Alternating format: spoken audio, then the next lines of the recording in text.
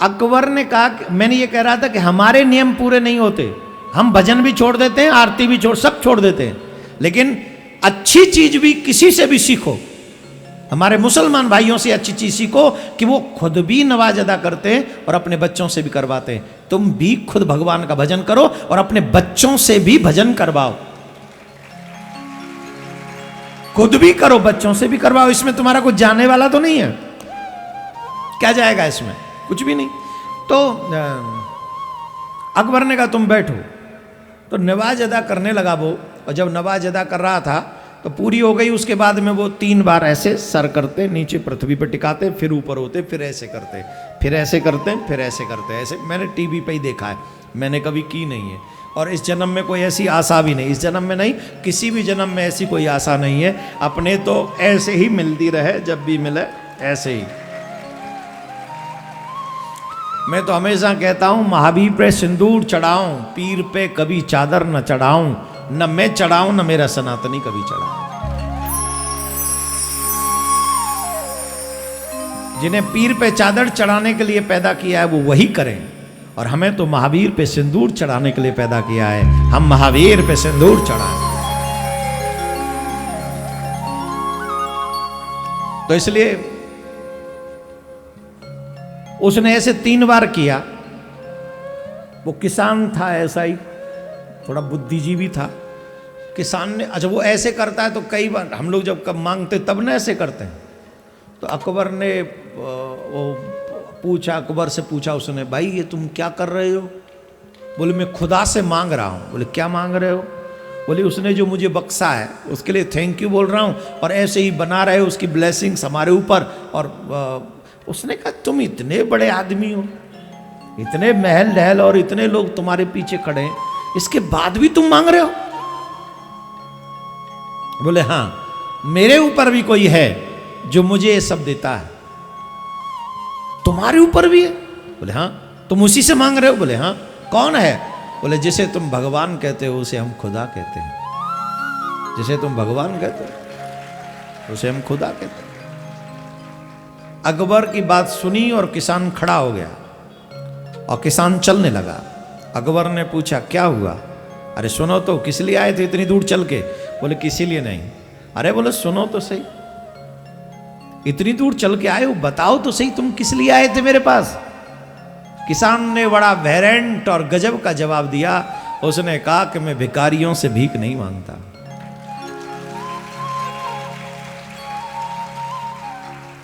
मैं भिखारियों से भीख नहीं मांगता। तू तो भिखारी है, तू खुद ही मांग रहा है, मुझे क्या देगा? अरे नहीं नहीं, मैं माना कि उसके आगे भिखारी हूं, पर तुम्हें दे सकता। बोल नो, मैं तुझसे क्यों मांगू? जिससे तू मांग रहा है उसी से क्यों न मांग लूं? तूने कहा ना मेरा भगवान है, तो जो तुझे खुदा के रूप में दे सकता है, मुझे नहीं पता तेरा खुदा है कि नहीं, पर मुझे मालूम है मेरा भगवान है। तेरे खुदा के विषय में मैं नहीं जानता, लेकिन मेरे भगवान के विषय में मैं जानता हूं। वो तीनों कालों में है, था, है और रहेगा। वही मेरा भगवान है, तो मैं उसी से क्यों न मांगू, तुझसे क्यों मांगू? इतना कहा और बिना कुछ लिए वहां से किसान चला गया। ये होती है खुदगर्जी और ये होती है भगवान पे विश्वास की भावना। इसलिए माय डियर, अगर मांगना ही हो तो ठाकुर से मांगो, गोविंद से मांगो। संसार से मांगने से कोई लाभ नहीं। संत ने एक फल दिया और फल लेकर कहा कि अपनी पत्नी को खिला देना, ब्रह्मचर्य का पालन करे, पृथ्वी पर शयन करे, सत्य बोले, एक समय भोजन करे। तेन पुत्रेति निर्मलः, निर्मल बुद्धि वाला पुत्र उसे प्राप्त होगा। उसने जाके अपनी पत्नी को कहा ये फल ग्रहण कर लो, तुम्हें पुत्र प्राप्त होगा। अभी मात्र 15 मिनट और बैठ जाएं आप, सिर्फ 15 मिनट, सिर्फ 15 मिनट बैठ जाएं, इतने में हम पूरा कर दें। लेकिन इतना क्यों क्रम पूरा करना है, इसलिए नहीं। समय तो 4 बज गए, लेकिन आज हम लेट भी आए थे, तो कम से कम जिसके नाम की रोटी खा रहे हैं वो टाइम तो पूरा कर दे, उसकी हाजिरी लगा दे। तो इसलिए हमारी भावना है। आके हमने, वैसे अभी इनका नमक नहीं खाया हमने, अभी तक ये जो आयोजकों का नमक नहीं खाया है, सलाद खा के चले आया हूं। क्योंकि हमें पता है 1 बजे से कथा करनी है, खा के बैठ गए तो महाराज हाँ फैल जाएंगे। इसलिए तो 15 मिनट और आप लोग ध्यान से सुने, आज के क्रम को पूरा करेंगे। आपसे ज़्यादा मुझे चिंता है आपकी कि आज आप बहुत पहले से आए, और कल से आपको चिंता होनी चाहिए कि आपको समय पे पहुंचना है। आज मुझे चिंता आपकी, कल से आपको चिंता होनी चाहिए हमारी कि महाराज जी आए उससे पहले हमको वहां पहुंच जाना है। सुनो, उसकी पत्नी ने, आत्मदेव की पत्नी ने वो फल नहीं खाया, बल्कि बहन के कहने से अपने एक जो गाय पाली हुई थी गाय को खिला दिया, और बहन के पुत्र को खुद ले लिया, उसका नाम रख दिया धुंधकारी। गाय ने भी एक पुत्र को जन्म दिया, क्योंकि संत का दिया हुआ फल खाली तो जाएगा नहीं। उस गाय के भी एक पुत्र हुआ, उसके कान जो थे श्रवण वो गौ जैसे थे, इसलिए उसका नाम हो गया गौकर्ण। गौकर्ण उसका नाम हुआ। अब दोनों बच्चे बढ़ने लगे। गौ कर्णो पंडितो ज्ञानी धुंधकारी महाखल। ध्यान से सुनना माताएं, आपके लिए बहुत जरूरी बात बता रहा हूं। जिस समय गर्भ हमारे गर्भ में हो, शिशु गर्भ में हो, उस स्थिति में हम जिसका संग करेंगे, जो शब्द सुनेंगे, जो दृश्य देखेंगे, उसका रिएक्शन गर्भस्थ शिशु पे होगा। आजकल के बच्चे झूठे क्यों हो रहे?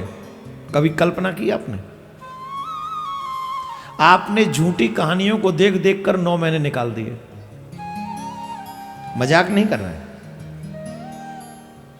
अभिमन्यु अर्जुन के पुत्र चक्रव्यूह तोड़ना सीख गए गर्भ में। क्यों? क्योंकि उन्होंने वो सुना। हमारे बच्चे क्या सीख रहे हैं गर्भ में? मम्मी तो झूठ बोल रही है, पापा तो झूठ बोल रहे हैं, दादी दादा फाइट कर रहे हैं, फिल्में चल रही हैं, सीरियल चल रहे हैं, कहानियां पढ़ी जा रही हैं। डॉक्टर ने कह दिया बेड रेस्ट करना, अब बेड रेस्ट कर रहे हैं। कर क्या रहे हैं बेड रेस्ट में बताओ? 24 घंटे टीवियां चल रही हैं, अनाप शनाप कहानियां चल रही हैं, अब वो सब वॉच कर रहा है बच्चा। तुम सोच रहे हो मैं अपना टाइम पास नहीं कर रहे, बच्चा लर्न कर रहा है। अब बताइए बच्चे कैसे होंगे? याद रखिए, 9 महीने की तपस्या तुम्हारे बुढ़ापे की साधना और सफलता हो सकती है। बुढ़ापे का सुख हो सकता है 9 महीने की तपस्या तुम्हारी। जब बच्चा गर्भ में हो तो हमें झूठ नहीं बोलना चाहिए, लड़ना नहीं चाहिए, क्रोध नहीं करना चाहिए, काम के अधीन नहीं होना चाहिए, ब्रह्मचर्य का पालन करना चाहिए। इन नियमों का पालन करें, भगवान की कथाएं सुननी चाहिए। अभी कई बार लोग हमें मिलते, महाराज ये जो बच्चा है ना,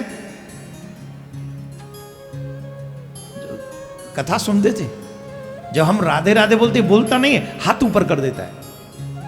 ये कैसे संभव हुआ? उसने तो अभी हमें देखा भी नहीं, कैसे हाथ उठा रहा है? इसलिए उठा रहा है क्योंकि जब वो गर्भ में था तो उसकी मां कथा सुनती थी। राधे राधे जब आप देखते थे तो टीवी पे आपने देखा, यूट्यूब पे देखा, तो लोग हाथ उठाते थे राधे राधे पे। वो बच्चा गर्भ में देख रहा है, आपने सुना ही नहीं, आप समझे नहीं कि इसका असर वहां तक जा रहा है, और वो बच्चा भक्त बन गया आपका। इसलिए जब मां के गर्भ में शिशु आ जाए तो 9 महीने कठोर तपस्या करनी चाहिए। No fight, no lying, no going to any wrong places, don't watch any bad movies and serials, ये सब नहीं होना चाहिए। ओनली रामायण और भागवतम। भागवत ज्यादा सुनोगे बच्चा थोड़ा चंचल होगा, जो कि आज के समय की जरूरत है। रामायण सुन ली तो सीधा साधा होगा, आप रामायण भी सुन सकते हैं। राम जी की तरह सीधा साधा बेचारा सिंपल होगा, है ना? तो वो ध्यान रखो। तो कुसंग का फल था धुंधकारी और सत्संग का फल था गौकर्ण। आनंद आ गया। लेकिन गौकर्ण के मार्गदर्शन पे ही, गौकर्ण के कहने से, अब धुंधकारी कैसा दुष्ट है, अपने संग के बच्चे के संग खेलने गया, किसी बात पे विवाद हुआ, 2-4 उसके गाल पे दिए, नहीं माना, फिर उसका कंठ दबा के कुएं में डाल दिया। उस बच्चे को कुएं में डालकर चला आया। और जब वो घर वालों को पता चला तो घर वाले आकर शिकायत करने लगे और घर वालों ने आकर डांटा। आत्मदेव को कहने लगे ये कैसा दुष्ट आपने पैदा किया, दुष्ट है ये। आत्मदेव रोने लगे कि इससे तो मैं पहले ही अच्छा था। जब संतान नहीं होती मानव तब भी रोता है, एक हो जाए चाहे जैसी भी हो जाए, लेकिन जब हो जाए और नालायक हो जाए तब भी रोता है। फिर क्या कहता है, इससे तो मैं पहले ही अच्छा था। वही कर रहे हैं आत्मदेव, रो रहे हैं, मेरे घर में कोई संतान ही नहीं होती ज्यादा अच्छा था। देहेस्तमा सुरुधरे अभिमत्य जत्वम जाया सुतादिशिहु सदा ममतां विमुच्य पश्यानिशं जगदिदं क्षणभङ्गुनिष्ठ वैराग्यरागरसिको भविभक्तनिष्ठः धर्म भजस्व ततं तजलोक धर्मान् सेवस्व साधु पुरुषान् जहि काम तृष्णाम् अन्यस्य दोष गुण चिंतनमासु मुक्तवा सेवा कथा रसमहो नितराम पिबत्वम। पिताजी ये शरीर 8 मास का है, काहे को इसके चक्कर में पड़े हो, संसार व्यर्थ है। अगर कुछ करना ही है तो मुख से भगवान का नाम गाओ, नेत्रों से भगवान का दर्शन करो, हाथों से साधु संतों की सेवा करो, कृष्ण कृष्ण कहते हुए भवसागर से पार हो जाओ। बेटे ने कहा, आत्मदेव ने माना और वो उतर गए। बेटे ने कहा, आत्मदेव मान के कल्याण। तुम लोग अपने गुरु की बात नहीं समझ पाते, वो अपने बेटे की बात मान कर निकल गए। जबकि बेटे की बात मानना बहुत डिफिकल्ट होता है, बाप को हट होता है कि ये मेरा बेटा है, इसकी बात कैसे मान लूं, मैं तो इसका बाप हूं। कई बार कह भी देते हैं, तुम जानते हो हम तुम्हारे बाप हैं, तो हमसे जुबान लड़ा रहे हो। लेकिन अच्छी बात बेटा भी कहे तो मानने में बुराई नहीं। गोकर्ण जी ने बात अच्छी कही, आत्मदेव को अच्छी लगी और आत्मदेव जी का कल्याण हो गया, हो गया कल्याण उनका। और आप लोगों के गुरुजी समझा समझा के परेशान है, फिर भी अपनी बुद्धि लड़ाते हो, इसमें लाभ होगा कि नुकसान होगा, हम ये कर लेंगे तो कैसे संभव होगा, हमें करना भी चाहिए कि नहीं करना चाहिए। अरे जब गुरु ने कह दिया तो ब्लाइंड फेथ करो, वो तो तुम्हारे गुरु हैं, तुमने गुरु बनाया ही ज्ञान के लिए था। तुमने गुरु बनाया किसके लिए, भक्ति और ज्ञान के लिए ना बनाया। और उन्हीं के बताए हुए मार्ग पर न चलो, फिर कहां से तो तुम्हें भगवान मिल जाएंगे, कहां से तुम्हारा कल्याण हो जाएगा। अपनी बुद्धि का प्रयोग तो संसार में करो ना, यहां कौन कौन काम आएगा और वहां कौन कौन काम आएगा, ये समझाने का कार्य तुम्हारी बुद्धि का है। बुद्धि का प्रयोग संसार में करो और हृदय का प्रयोग अपने गुरु और गोविंद के लिए करो। अपना हृदय समर्पित कर दो उनके चरणों में। आत्मदेव तर गए। फिर महाराज धुंधकारी और बिगड़ गया, वैश्यागमन करने लगा, सब बुरे काम करने लगा। एक दिन माँ को पीटा, माँ ने भी कुएं में कूद के गोविंदाय नमो नमः कर लिया। उसके बाद में गोकर्ण जी महाराज भी चले गए, बोले इनके संग रह के करना क्या है। गोकर्ण जी चले गए तो अब वो अकेला हो गया धुंधकारी। जितने भी युवा बच्चे ध्यान से सुनो, बिगड़ने के लिए व्यक्ति एकांत चाहता है। ध्यान से सुनिए, ये जो बच्चे इस कमरा बंद करके जो पढ़ते हैं, उनके कमरे में माँ बाप को कैमरा लगा देना चाहिए।